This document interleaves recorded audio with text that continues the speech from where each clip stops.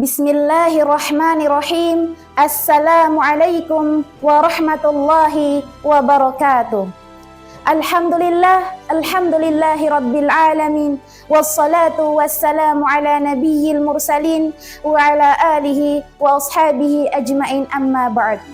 Pertama-tama, marilah kita panjatkan puja dan puji syukur atas kehadirat Allah Subhanahu wa ta'ala yang telah melimpahkan segala rahmat dan karunia-Nya pada kita semua, sehingga pada kesempatan ini saya dapat menyampaikan tausiah yang berjudul Peran Perempuan dalam Islam. Salawat serta salam semoga tetap tercurahkan kepada junjungan kita, baginda Nabi besar Nabi Muhammad sallallahu alaihi wasallam, yang telah banyak merubah peradaban zaman dari zaman jahiliyah menuju zaman Islamiyah, dari zaman kebodohan menuju zaman kepintaran seperti Islam yang kita imani dan kita rasakan sampai saat sekarang ini. Kalau kita renungkan para hadirin, kita ini, wanita-wanita ini begitu dimuliakan dalam semua fase kehidupan. Sebegitu Islam meninggikan derajat wanita. Dulu perempuan dikubur hidup-hidup. Dulu perempuan dijadikan budak. Dulu perempuan dijadikan pelampiasan hawa nafsu bagi orang-orang yang jahil. Na'udzubillah. Namun setelah datangnya Islam, wanita begitu dimuliakan. Para hadirin, kita wanita dimuliakan juga ketika kita menjadi seorang ibu.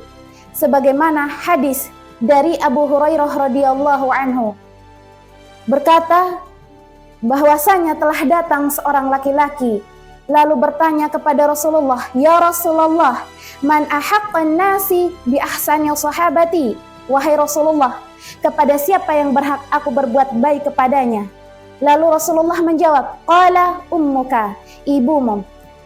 Laki-laki itu bertanya sampai ketiga kalinya, namun apa jawaban Rasulullah? Tetap ibumu, ibumu, dan ibumu.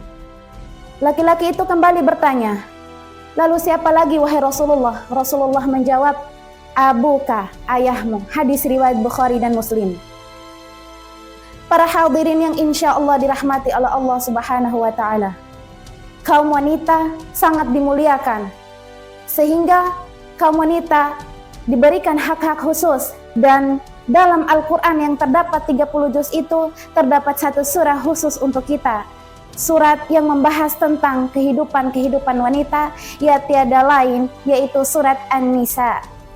Para hadirin yang insya Allah dirahmati oleh Allah Subhanahu wa ta'ala, Allah telah memerintahkan kepada Nabi Muhammad sallallahu alaihi wasallam agar menjaga kehormatan wanita, martabat wanita, dan kewibawaan seorang wanita. Maka pada kesempatan ini saya akan menyampaikan beberapa peran perempuan dalam Islam. Yang pertama, tiada lain sebagai hamba Allah. Sebagaimana yang difirmankan dalam Quran surat Az-Zariyat ayat 56, "A'udzu billahi minasyaitonir rajim. Wa ma khalaqatul jinna wal insan illa liya'budun." Tidak aku ciptakan jin dan manusia melainkan hanya untuk beribadah kepadaku.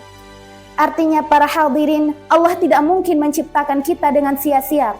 Allah tidak mungkin menciptakan kita hanya untuk bermain, makan, minum, dan berleha-leha.